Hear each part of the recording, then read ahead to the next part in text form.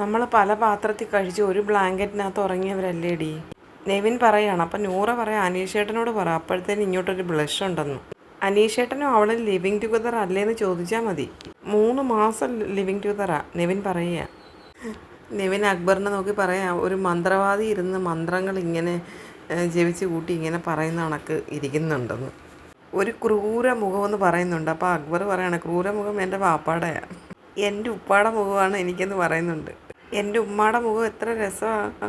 ആതിര പറയുന്നത്, എനിക്ക് നിങ്ങളുടെ ഉമ്മാടെ കണക്ക് തോന്നി. എൻ്റെ ഉമ്മാടെ മുഖം കെട്ടിയിരിക്കുന്നത് ഇക്കായ്ക്കും താത്തായിക്കുമാണെന്ന് പറയുന്നുണ്ട് അക്ബർ. അത് നിങ്ങൾ ഉപ്പാനെ കാണാത്തോണ്ടാണെന്ന് പറയുന്നുണ്ട് അക്ബർ. ഇക്കായെ കണ്ടു കഴിഞ്ഞാൽ ഒരു മോഡലിനെ പോലെയാണ്, പക്ഷെ പാടാൻ അറിയില്ലെന്നൊക്കെ പറഞ്ഞിട്ട് ചിരിക്കുന്നുണ്ട്. അവൻ എത്ര വയസ്സുണ്ടെന്നൊക്കെ നെവിനിരുന്ന് ചോദിക്കുന്നുണ്ട്. അപ്പം അക്ബറിൻ്റെ ഫാമിലിയുടെ കാര്യങ്ങളൊക്കെ ഇങ്ങനെ പറഞ്ഞുകൊണ്ടിരിക്കുക. നല്ല 4 ആൾക്കാരായിരുന്നിട്ട് ഓരോ ആൾക്കാരെ ഇങ്ങനെ കുറ്റം പറയുന്നത്. അതിൽ നൂറയും നെവിനും അക്ബറും. കുറേ ദിവസം മുമ്പ് നെവിനോട് എന്തൊരു വിരോധമായിരുന്നു ഈ ആദിലയ്ക്കും നൂറയ്ക്കും. അക്ബറിനെ കൊല്ലാനുള്ള ദേഷ്യം ഉണ്ടായിരുന്നു നൂറയ്ക്കും ആദിലയ്ക്കും അക്ബറിനോട്. ഇപ്പം എന്തൊരു സ്നേഹമാണ്.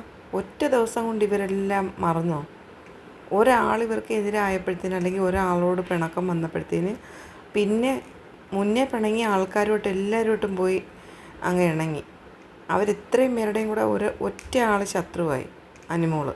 ഈ അക്ബറിനെ എന്തൊക്കെയാണ് പറഞ്ഞ ഈ 2 പെൺപിള്ളേർ ഈ കഴിഞ്ഞ ദിവസം വരെയും.